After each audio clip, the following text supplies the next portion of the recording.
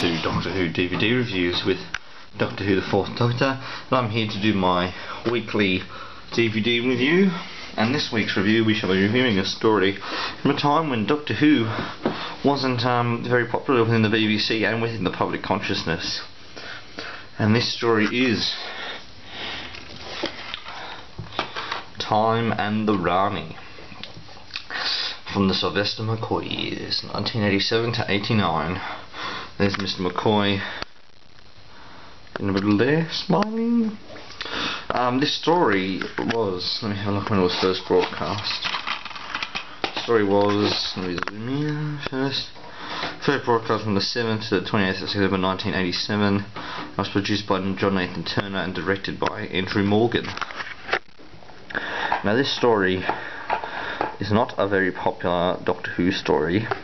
When I tried to find a review for this episode to see what other people thought, on YouTube I found one person with a review on there of this story. So that is saying something about this story, especially since the fact it came in at 198th on the Doctor Who Top 200 poll.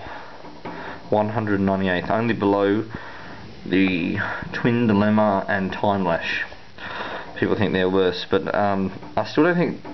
Yeah, this is probably the worst. This is definitely the worst Sylvester McCoy story for me, because so much went wrong within the story. But that's beside the point. I'm just by listening to the documentary, which was entitled. It's too close. Sorry. Where it was entitled The Last Chance Saloon, where the cast and crew talked about making this story. It made me see that obviously this story's time production had a lot of difficult things. Producer John Nathan Turner had to sack Colin Baker from the role because the BBC thought he ruined Doctor Who, but for me he didn't. So I don't know for anyone else if they still think that. Sylvester McCoy's a great Doctor too. I love Sylvester McCoy. But they thought he ruined Doctor Who, so John Nathan Turner had to sack Colin Baker, but he thought he was also leaving Doctor Who because he'd done it for 6 years. He had Tom Baker, the end of Tom Baker there, 1980s to 81. And then he had his own Doctor, he cast Peter Davison, and then he cast Colin Baker, and he's happy to leave after then. BBC said yes, and then he came back and they said, oh no, you're not leaving now, we need a producer. So he was forced to stay on, and he had to hurriedly find a doctor. We cast Sylvester McCoy, and I quite like him as the Doctor. And he had to hurriedly put a script together, which eventually became Time and the Rani. But otherwise, I mean, it's a fairly enjoyable story just for the fact that I get to see Sylvester McCoy for the first time and to see the Rani again, but everything else it just doesn't make sense. It's not that good. Alright, so let's go through the cover. We get the BBC logo there, Doctor Who, Time and the Rani.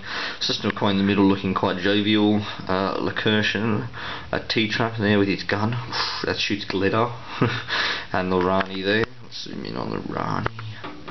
Ranalicious definitions. And the T-traps in the background there. I don't know what that lights thing is coming out to meant to be, and I don't know what this triangle thing is meant to be. So I did watch the story, so I still have no idea what it's meant to be. Sylvester McCoy there from season 26. The Sylvester McCoy is 1987 to 89. PG for mild violence. Mild violence. Okay, so we've got the Doctor Who starring Sylvester McCoy. Time and the Rani by Pim Jane Baker. So we have the Rani with her big brain. We have the Lacurtians and the Doctor there. The Doctor in the sick just after he's regenerated there, with the Rani dressed as Mel. T-traps again, and the Lacurtian and Mel. That's the real Mel. And here's the synopsis. Violently wretched out of time, the TARDIS is brought crashing down onto the planet Lacurtia by the villainous Rani. Caught within the maelstrom, the Doctor is forced to regenerate. Imprisoning the Doctor in her stronghold, the Rani seizes upon his vulnerable state by impersonating his companion of his friend Mel. The Rani deceives the unwitting Doctor into helping her achieve her audacious plan. Just what is she up to? Why has she enslaved Albert Einstein and a host of geniuses? And as an asteroid composed of strange matter approaches Lacurtia, can a weakened Doctor save the universe when he has little idea of who he really is? Now that synopsis makes it sound much better than what it really is. This synopsis makes it sound better than what it really is. All in all, the fourth episode was probably the best. But if you really, no one's going to just grab the DVD for the fourth episode, are they? Maybe they want the whole thing, which is the whole 4 episodes.